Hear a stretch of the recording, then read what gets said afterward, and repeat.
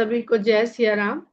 हम लोग रामचरितमानस उत्तरकांड दोहा संख्या 11 के आगे से पांचवी चौपाई चौपाई से आज आरंभ करते हैं।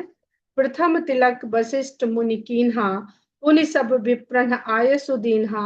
सुत बिलो की हरसी महतारी, बार बार आरती उतारी। विप्रन दान विविध विधि दीन है, जाचक सकल अजाचक कीन है। इस भगवान के राज तिलक को देख करके माताएं बहुत हर्षित हैं और बारंबार उनकी आरती उतार रही हैं। आरती उतारने के पश्चात ब्राह्मणों को अनेक प्रकार के दान देती हैं और जितने भी याचक हैं उनको अयाचक कर देती हैं। मतलब इतना दे देती हैं कि अब उनको मांगने की अवस्था ही नहीं रह जाती है। सिंहासन पर त्रिभुवन साई, देख सुरन दुंदुभी बजाई। सिंहासन पर तीनों लोकों के स्वामी को विराजमान देख करके देवता लोग नगाड़े बजाने लगते हैं।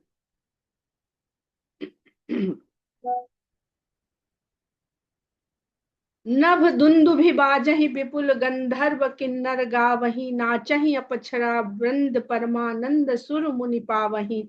भरतादि अनुज विभीषणांगद, हनुमदादि समेत ते।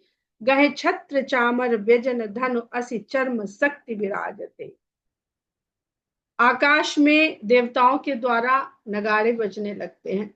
अब ये जो भगवान का स्वरूप है, जो अयोध्या में दरबार में सिंहासन पर भगवान राम माता सीता के साथ विराजमान है, तो ये भगवान से जुड़ने की वो अवस्था है। नभ में नगाड़े बजने का आशय क्या है कि आप जिस अवस्था में पहुंचते हैं भगवान के इस दर्शन को अपने हृदय के साम्राज्य में स्थापित देखने के पश्चात, तो जो कुछ भी जिसको हम अनाहत का नाद कहते हैं, वो हम अपने भीतर उसको अनुभव करने लगते हैं। एक जुड़ जाते हैं हम ब्रह्मांड के साथ में। जो अव्यक्त है वही व्यक्त होता है। तो उस अव्यक्त को हम व्यक्त करके अपने भीतर अपने हृदय के साम्राज्य में उसका दर्शन कर पा रहे हैं। तो नभ दुन्नु विबाजहि, ऐसी आनंद की अवस्था में हमें बाहरी साधनों की आवश्यकता नहीं होती है। बाजे गाजे की कि ढोलक बजाओ, कोई मंजीरा बजाओ, कोई तबला बजाओ, कोई हारमोनियम बजाओ, कोई सारंगी बजाओ, नहीं। आपके चिदाकाश में जो चित्त रूपी आकाश है, वहां पर हमारा जो कहते हैं ना साम के द्वारा हमारा वहां से एकाकार हो जाता है जीव। नभ दुंदुभि बाजहि, आकाश में नगाड़े बजने लगते हैं। विपुल गंधर्व किन्नर गावहि, अनेक प्रकार के गंधर्व और किन्नर गायन करने लगते हैं। नाचहि अपक्षरा वृंद, अप्सराओं के समूह नाच रहे हैं, नृत्य कर रहे हैं। और परमानंद सुर मुनि पावहि, यही परमानंद है। जब परमानंद की अवस्था प्राप्त हो जाती है तो भौतिक जगत के जो सुख साधन, खुशी, प्रसन्नता, जो भी जिसको कह लीजिए, आमोद प्रमोद विनोद, वो किसी की आवश्यकता रह नहीं जाती है। अपने में ही यह सब देवताओं और मुनियों को प्राप्त होने लगा है।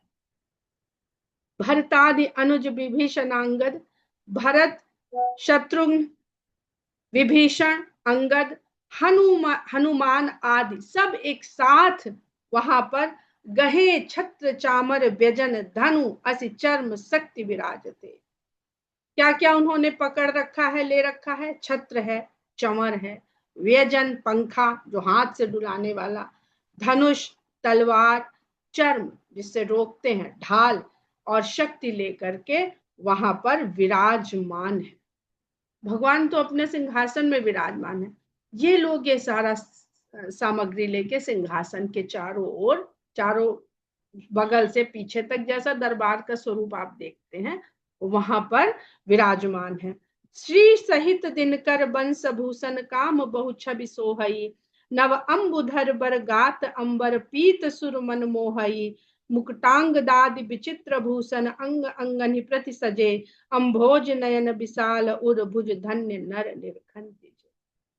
चिदाकाश में जब हम इस अवस्था में नहीं होते हैं तो केवल अंधकार ही अंधकार होता है। आंख बंद करिए, चिदाकाश आकाश कैसा होगा जब सृष्टि नहीं होगी तो दिख जाएगा। पर जब वहां पर कुछ भी रचना होती है, सब कुछ है, फिर भी वहां अंधकार है। सब कुछ है ना, अंतरिक्ष में सब कुछ है, तारे दिखते हैं, तारों के बाद अलग क्या दिखता है? अंधकार। तारा जहां है वही वही बस प्रकाशित है, पर तारे के अगल बगल तो सब जगह अंधकार है। तो अवस्था अंधकार की व्याप्त है, प्रकाश उसमें कैसे उत्पन्न हो जीव के चिदाकाश में। तो पहले अगर आप देखिए तो जब सूर्योदय होता है तब हमको आकाश जो काला था रात में वो नीला दिखता है। यदि रात्रि है तो अंधकार ही दिखता है, तब चंद्रमा दिखता है, तारे दिखते हैं। इसका भी बड़ा सुंदर गोस्वामी जी ने भरत और राम के मिलन के समय भी बहुत सुंदर वर्णन किया है अयोध्या कांड में। अभी हम लोग यहीं रहते हैं, लेकिन जब सूर्योदय हो जाता है तो हमें आकाश में उसका रंग भी बदल जाता है। तो इससे समझ में क्या आता है कि जब सृष्टि हो जाती है, जब सृजन हो जाता है तभी दर्शन होता है। ऐसा तो नहीं है कि तब ईश्वर नहीं है, ब्रह्म नहीं है, परमात्मा नहीं है तब भी हमारी बुद्धि को, हमारी इंद्रिय को दिखता नहीं है। और ये अवस्था तब भी रहती है जब हम अज्ञानता के अंधकार में डूबे होते हैं। तो इसलिए गोस्वामी जी क्या लिखते हैं, देखिए, श्री सहित दिनकर वंश भूषण, सूर्य के भूषण रूपी, सूर्य वंश के में भूषण रूपी राम श्री सहित विराजमान। जब वो अवतार लेने को कहते तभी कह देते हैं कि भाई इनके साथ ही आएंगे, ये भी हमारे साथ आएंगे, हमें कोई देख ही नहीं पाएगा। भले ही वो जनकपुरी में है और अभी प्रकट, गोस्वामी जी ने तो उनका प्राकट्य लिखा ही नहीं है, लेकिन राम को कौशल्या माता दर्शन कर पा रही हैं। इसका अर्थ ही है कि आदि शक्ति श्री इस धरती पर प्रकट हो चुकी हैं, नहीं तो राम का दर्शन असंभव है। उत्तरकांड के इस भाग में गोस्वामी जी ने पूरी तरह से परमात्मा के आध्यात्मिक रूप का वर्णन किया है, जिसको वेद बखानते हैं, इसलिए कठिन भी है थोड़ा। श्री सहित दिनकर वंश भूषण काम बहु छवि सोहै, अनेकों काम की छवि शोभायमान हो रही है, जहां पर राम और सीता सिंहासन पर विराजमान है और ये पूरा दृश्य उपस्थित है। नव अंबुधर बरगात अंबर इत सुर मनमोहि, उस भगवान को नीला भी कहा जाता है, नीलांबुज, और भगवान को मेघ के समान घनश्याम भी कहा जाता है। ये सारे स्वरूप देखिए देखिए तो उस आकाश में ही है, जब कुछ नहीं है तब काला है, बिल्कुल काला है। भगवान को कभी गोरा कहा नहीं गया, सब कुछ काला है। जब सूर्योदय होता है तो भगवान नीले हैं, और उसी में, उसी सूर्य में मेघ आ जाते हैं तो उस बादल, उस आकाश और हमारे बीच में भगवान घनश्याम के रूप में, यानी जो अनंत है, आकाश अनंत है पर मेघ की एक सीमा है, मेघ अनंत नहीं है। नव अंबुधर बरगात, नए नए जल से भरे हुए पर श्रेष्ठ बादलों के समान भगवान का जो शरीर है वो पीतांबर से सजा लिपटा हुआ है, और ऐसा भगवान का रूप देवताओं के मन को मोह लेता है। देखिए, ये अगर बादल दिन में आए तब तो आपको दिख जाएंगे, लेकिन अगर रात में बादल आए तो तभी दिखते हैं जब बिजली चमक, उतनी ही देर को दिखते हैं, और बिजली चमक के विलीन हो जाती तो फिर बादल नहीं दिखते। तो ये सब जो पांचवा तत्व है हमारे पांच भौतिक तत्वों में, जिनको भूत आदि तत्व कहते हैं, उसमें सबसे कठिन आकाश तत्व को ही समझना है, उससे ही जुड़ना सबसे कठिन है। बाकी तत्वों से धीरे धीरे हम जुड़े रहते हैं, पृथ्वी तत्व से हम सबसे सरलता से जुड़े रहते हैं। मुकुटांग दाद विचित्र भूषण, मुकुट और अंग अलग अलग अंगों के विचित्र विचित्र आभूषण भगवान के अंग प्रत्यंग को सजा रहे हैं। धीरे धीरे धीरे धीरे किस प्रकार सृष्टि का निर्माण हो रहा है। और सृष्टि के निर्माण के साथ हम अगर अपनी वसुधा को ही मान लें इस समय, तो कैसे धीरे धीरे वो श्रृंगार करने लगती है। अंभोज नयन विशाल, कमल के समान नयन, विशाल उर, वक्ष स्थल उनका बहुत विशाल है।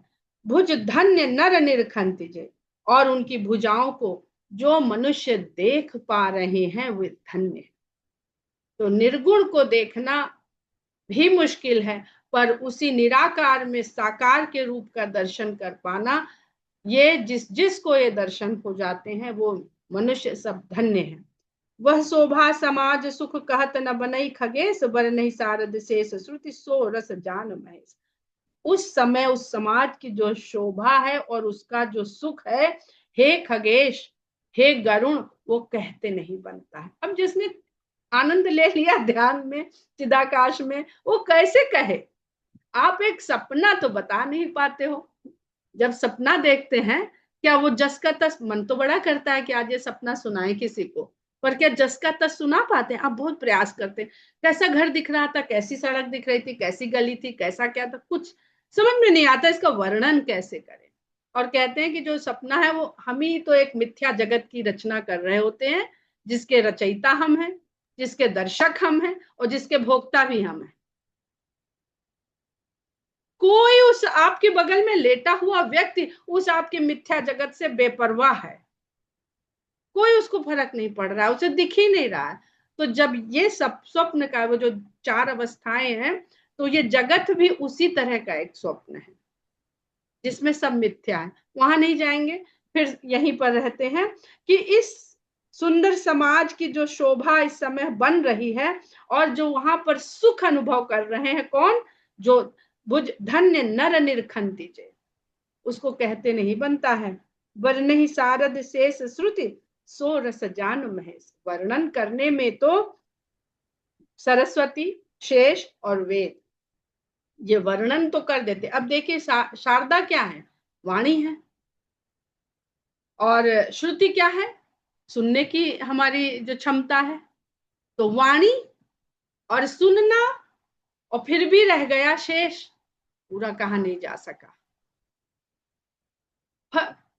तो उसका रस, पूरे का पूरा रस कोई पा सकता है जब ना पूरा कहा जा सक रहा है, ना पूरा सुना जा सक रहा है, उसके बाद भी शेष रह रहा है।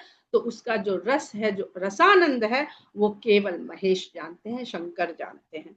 भिन्न भिन्न स्तुति कर गए सुर निज निज धाम, बंदी बेस वेद तब आए जहां श्री राम। अनेक प्रकार की स्तुतियां करके देवता अपने अपने धाम को चले गए। यानी कान, जब आप पर ध्यान लग जाता है ना, समाधि की अवस्था जब होती है, तो कानों को कुछ सुनाई नहीं देता है, आंखों को कुछ दिखाई नहीं देता है, मुंह से बोलना बंद हो जाता है। पहले मौन रखना तो पहली शर्त है कि भाई एक जगह बैठो और मौन हो जाओ। ये आरंभिक अवस्था है। फिर तो जो समाधिस्थ लोग हो जाते हैं वो चलते फिरते संसारिक में घूम रहे हैं और समाधि अवस्था में रहते हैं, बहुत उच्च अवस्थाएं हैं ये। तो सब अपने अपने धाम को चले गए। तो इसके दो अर्थ, एक तो इंद्रियां बाह्य जगत से अपना नाता काट लेती है और स्थिर होकर के अपने अपने धाम में पधार जाती। दूसरा सांसारिक पक्ष अगर देखिए, तो जहां पर देवताओं ने देखा कि अब इनके हृदय में, इनके हृदय साम्राज्य में भगवान राम सीता सहित विराजमान है, अब हमारी कोई पूछ नहीं, हम इनको कुछ अब प्रभावित कर ही नहीं सकते हैं विषयिक इच्छाओं से, विषयिक भोगों से, तो वहां से खुद छोड़ के चले जाते हैं। देवी देवता की जो उपासना की जाती है वो सब सकाम उपासना है। किसी न किसी, हर देवी देवता को देखिए, वो किसी न किसी इच्छा की पूर्ति होती है, और इसीलिए नए नए नए नए बनते जाते हैं, रचते जाते हैं लोग नए नए देवी देवता भी। तो अपने अपने धाम को चले जाते हैं। जब वे अपने अपने धाम को चले जाते हैं, बंदी बेस वेद तब वेद वंदी जनों का, वंदी यानी वंदना करने वाले, बंदी जन, तब वंदना करने वाले लोगों का वेश धारण करके वेद वहां आते हैं जहां श्री राम विराजमान। तो वेद में किसको कहा गया है, वेद में परमात्मा के उस रूप का वर्णन किया गया है, बखान किया गया है, जिसको हम देख नहीं सकते, जिसको जान नहीं सकते, जो इंद्रियों से, बुद्धि से, मन से, कल्पना से परे। प्रभु सर्वज्ञ कीन अति आदर कृपा निधान, लख्यऊ न काहू मरम कछु, लगे करन गुणगान। सब कुछ जानने वाले भगवान राम ने जान लिया कि ये जो चार वेद के मूर्तिमान रूप, अब गोस्वामी जी हर चीज को साकार कर देते हैं। वो क्रोध को मूर्तिमान स्वरूप परशुराम को बता देते हैं, वो प्रेम का मूर्तिमान स्वरूप भरत को बता देते। तो ईश्वर को साकार करते ही हर भाव साकार हो जाता है, मूर्तिमान स्वरूप में प्रकट हो जाता है। कोई ना कोई मनुष्य का रूप धर के आपके सामने रहता है। वो हम तो छोटा सा अनुभव देखते हैं, आप जा रहे हैं, भटक रहे हैं, कहीं से कोई से पूछिए, वो कहता हम उधर ही जा रहे हैं, चलिए हमारे पीछे पीछे चले आइए। तो ये क्या है? ये हनुमान जी को भगवान ने भेज दिया। हमको तो यहाँ तक लगता है कि ट्रैफिक में फंसे होते हैं, गाड़ी कैसे उस पार निकालें, गाड़ी आती है तो हमें लगता है भगवान जी ने हनुमान जी को भेज दिया कि जाओ जरा अपनी ओट में इसको गाड़ी निकलवा दो। और वो बड़ी सी गाड़ी, लोग एक्सयूवी देखते हैं गुस्सा आ जाता है, हम एक्सयूवी देखते हैं तो हमें बड़ा अच्छा लगता है कि अब इसकी ओट में हम भी निकल जाएंगे। रास्ता तो ये बनाएगा। और लखनऊ का ट्रैफिक सभी को पता है कि किस भांति का है। तो जहां पे हनुमान जी खुद आपके संकट मोचन बन के जगह जगह आ रहे हैं, तो आप चिंता करने की क्या जरूरत। इसलिए कभी क्रोध नहीं आता हमें, चाहे जितना खराब गाड़ी चलाए, हमें कभी क्रोध नहीं आता। तो भगवान राम जान जाते हैं कि ये जो वंदी जन आए हैं, ये वेद स्वयं है। वेद स्वयं शरीर, जब भगवान शरीर धारण कर सकते हैं तो वेद क्यों नहीं कर सकते। पर जिसको ये विश्वास नहीं होगा, उसको ये भी विश्वास नहीं होगा कि भगवान भी शरीर धारण कर सकते हैं। और इसका दूसरा तात्पर्य ये भी है कि इतने पारंगत वे व्यक्ति हैं जो भगवान के तिलक के समय आए हैं वंदना करने, इतने पारंगत हैं कि जैसे लगता है स्वयं वेद का ज्ञान शरीर धारण करे हुए यहाँ पर पाठ कर रहा है। हम लोग लता मंगेशकर को कहते हैं ना कि वो तो गाती हैं जैसे साक्षात सरस्वती गा रही है। तो ये ज्ञान की वो अवस्था है कि जहां पर ज्ञान और ज्ञानी एक हो जाए। प्रभु सर्वज्ञ कीन अति आदर, सर्वज्ञ प्रभु ने उनको बहुत ही आदर किया। लख्यू न काहू मरम कछु, इस मर्म को कोई भी नहीं जान पाया और वे भगवान का गुणगान करने लगे। जय सगुन निर्गुण रूप रूप अनूप भूप सिरोमणे, दस कंधरादि प्रचंड निशिचर प्रबल खल भुज बल हने। अवतार नर संसार भार विभंजि दारुण दुख दहे, जय प्रणत पाल दयाल प्रभु संयुक्त शक्ति नमाम। अब वेद हैं और राम के राजा बनने के अवसर पर आए हैं, इसलिए वो निर्गुण की और सगुण की दोनों की जय जयकार। जय सगुण निर्गुण रूप, और रूप अनूप, ऐसा रूप कि जो अनुपम है, जो राजाओं के शिरोमणि। राजा कौन है? हमारे मन का राजा इंद्र है। लेकिन अगर हमने मन की जगह, जिस मन को हृदय में स्थित माना है, मन का जो रहने का प्रदेश है ना, दिखता नहीं है, पर जहां भी हम उसको मानते हैं तो हृदय को ही मानते हैं। उस हृदय के साम्राज्य में हमने भगवान राम को जब बैठा दिया राजा बना के, तो सभी राजाओं के शिरोमणि। सबसे बड़ा राजा इंद्र को माना गया है, भौतिक जगत में स्वर्ग के राजा है, स्वर्ग का साम्राज्य। उनसे भी, उनके भी शिरोमणि राजा राम हो गए हैं वहां पर। दस कंधर आदि प्रचंड निशिचर प्रबल खल भुज बलहने, उन्होंने दशकंध आदि जैसे प्रचंड राक्षसों को अपनी भुजाओं के बल से एक बलशाली दुष्टों का वध कर दिया है, नाश कर दिया है। अब लंका कांड में हम लोगों ने सब पढ़ लिया है, तो यहाँ पर समझते चले कि किसका नाश भगवान ने किया है आपके हृदय में विराजमान होने से पहले। अवतार नर संसार भार विभंज दारुण दुख दहे, मनुष्य के रूप में अवतार लेके संसार के भार का भंजन कर दिया, नष्ट कर दिया, तोड़फोड़ चकनाचूर कर दिया। जो दारुण दुख थे उनको भी दह माने दहकना, दहन, जला दिया, भस्म कर दिया है। जय प्रणत पाल दयाल, ऐसे शरण में आए हुए का पालन करने वाले दयालु प्रभु जो शक्ति के सहित विराजमान हैं, उनकी जयकार करते हैं और नमस्कार करते हैं। वेद, जो बहुत विद्वान लोग किसी पंथ विशेष की बात नहीं करेंगे, लेकिन वैदिक धर्म के पूरे पूर्ण मार्ग पर वेदांत मार्गी वेदांती लोग जो होते हैं, वो सगुण ब्रह्म को बिल्कुल भी नहीं मानते हैं। बड़े बड़े शास्त्रार्थ हो गए मंडन मिश्रा और अनेक लोगों के साथ में सगुण और निर्गुण को लेकर के। वहां पर वेद स्वयं भगवान के इस रूप को नमन करते हैं और जयकार करते हैं।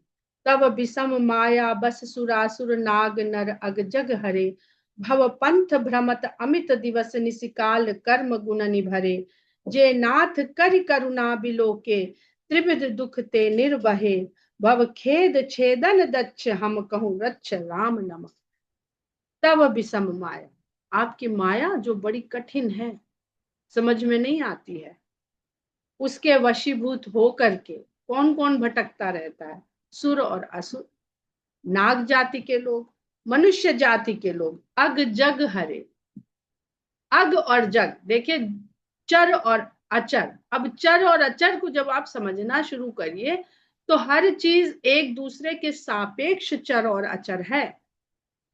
वही चीज जो हमारे सापेक्ष अचर है, वो किसी और के सापेक्ष चर है। जैसे हम लोग धरती को अचल संपत्ति मानते हैं, जमीन, सोना, रुपया, पैसा, गाड़ी, ये सब चल है, यानी चर है। लेकिन भूमि अचर है। लेकिन जब पूरी पृथ्वी ही सूर्य के सापेक्ष तो चर है। सूर्य हमारे सापेक्ष अचर है, पर आकाश गंगा के सापेक्ष पूरा सौर मंडल चर स्थिति में है, तो सूर्य भी चर स्थिति में है।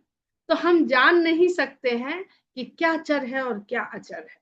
इसलिए सब सब चीज को सम्मिलित कर लिया। अग जग हरे, ये सभी चर और अचर भव पंथ भ्रमत। भव पंथ भ्रमत, भव पंथ, सबका एक मार्ग है। धरती का अपना मार्ग है, सूर्य का अपना मार्ग है, हर ग्रह नक्षत्र तारा आकाश गंगा सब अपने मार्ग में चलते। अपने मार्ग से अगर छोड़ देंगे तो, और भ्रमति, भ्रमति का अर्थ भ्रमण भी है, और भ्रमण करने का अर्थ है कि हम भ्रमण करते ही तो भ्रम में पड़े हुए हैं। भव पंथ, भव यानी होने की अवस्था, बिकमिंग, तो भव पंथ होने की अवस्था के कारण ही तो हम भ्रमण कर रहे हैं, या भ्रम में पड़े हुए घूम रहे हैं या भटक रहे हैं। अमित दिवस, कब से? अमित दिवस, अनगिनत दिन रात काल कर्म और कर्मों के वो गुण, जो हमारे शरीर में गुण आ जाते हैं तत्वों के समावेश होते ही। हर तत्व अपना एक गुण। सांख्य योग यहाँ पर आपको बहुत मदद करेगा, जो हम लोगों ने कुछ दिन पहले जिसको समझा था।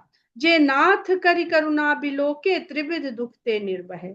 लेकिन इस पूरे बवंडर में, इस पूरा जो सृष्टि का ये फैला हुआ है संस्कृत, यहाँ पर जिसको हे नाथ आप करुणा करके देख दे, त्रिविध दुख ते निर्भय, वो तीनों प्रकार के दुखों से मुक्त हो जाते हैं, छूट जाते हैं। दैहिक, दैविक, भौतिक, ये तीन तरह के ताप मनुष्य में। आज देखिए रूस में कितना भयंकर भूकंप आ गया।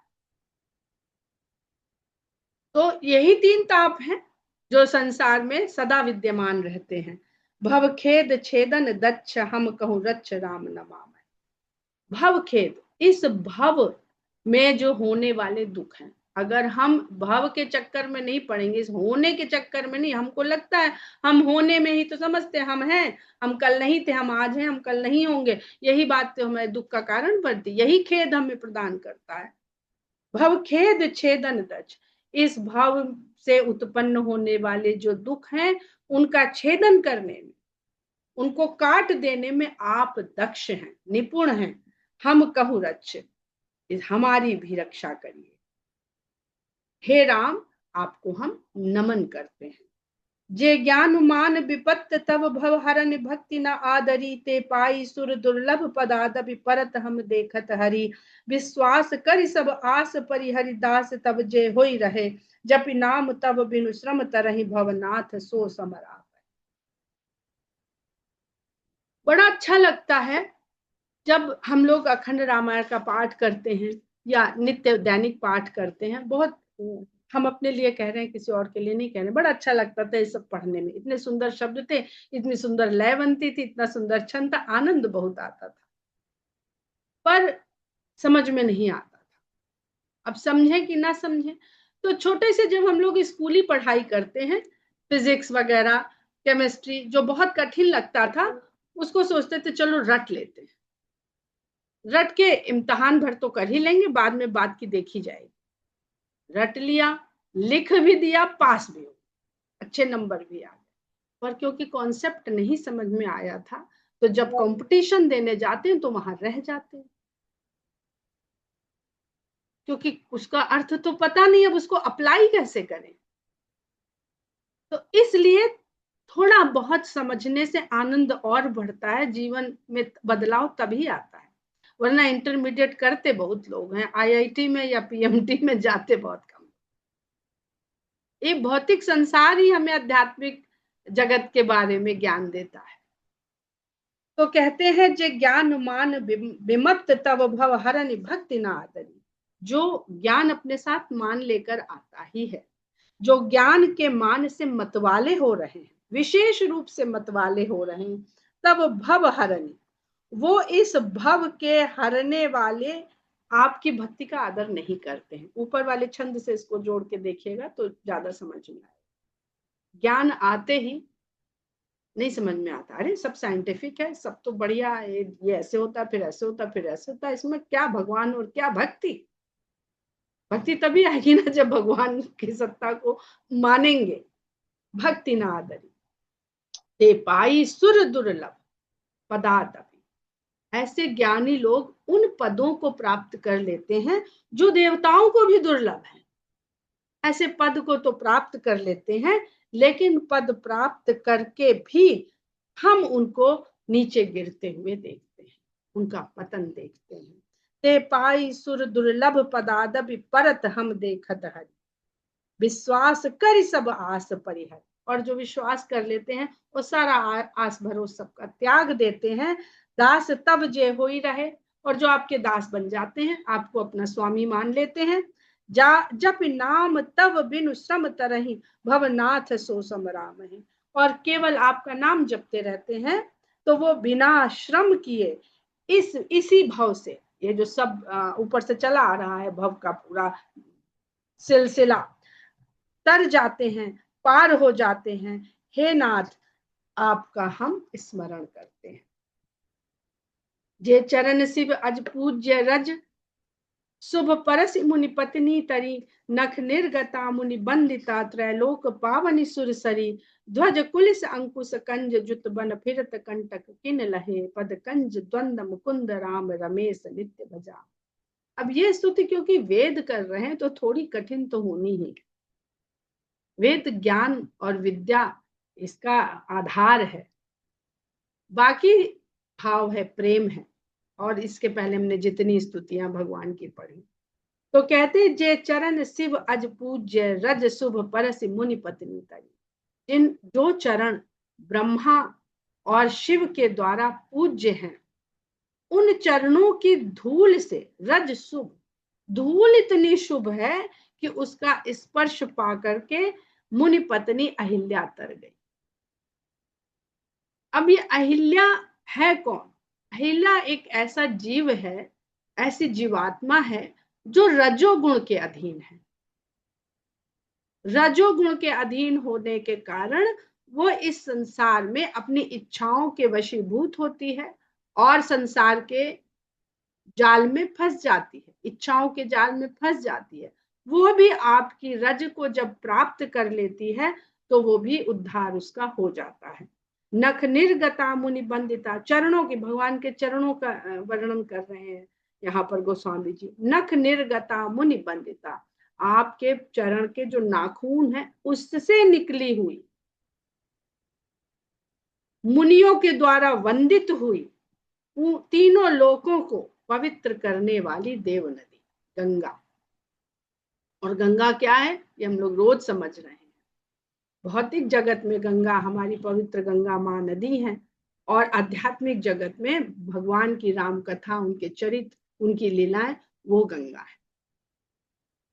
ध्वज कुलिस अंकुश कंज जुत बन फिरत कंटक किन लय।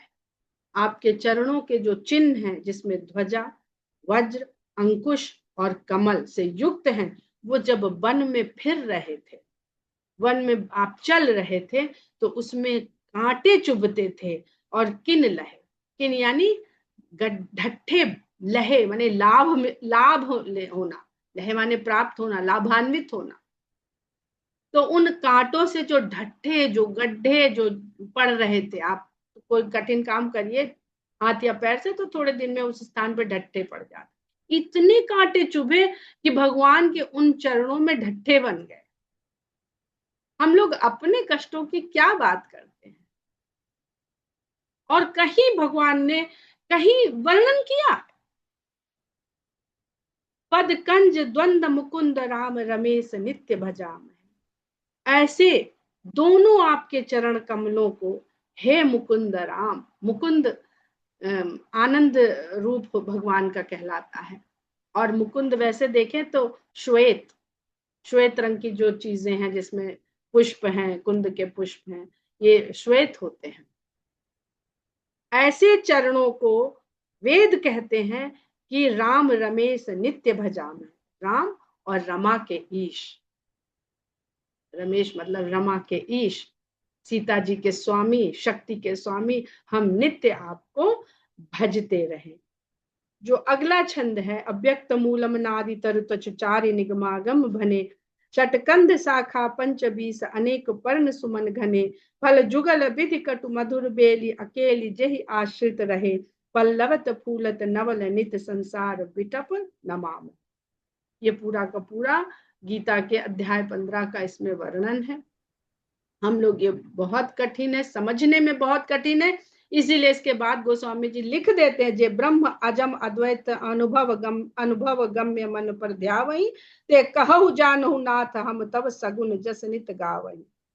जो ऐसा जानते हैं, मानते हैं, वो करें। हम तो आपके सगुण रूप को गाना ही ज्यादा हमको सरल सहज लगता है। तो इसका हम लोग जो अगला छंद है, अव्यक्त मूलम नाद, यहाँ से हम लोग कल आरंभ करेंगे।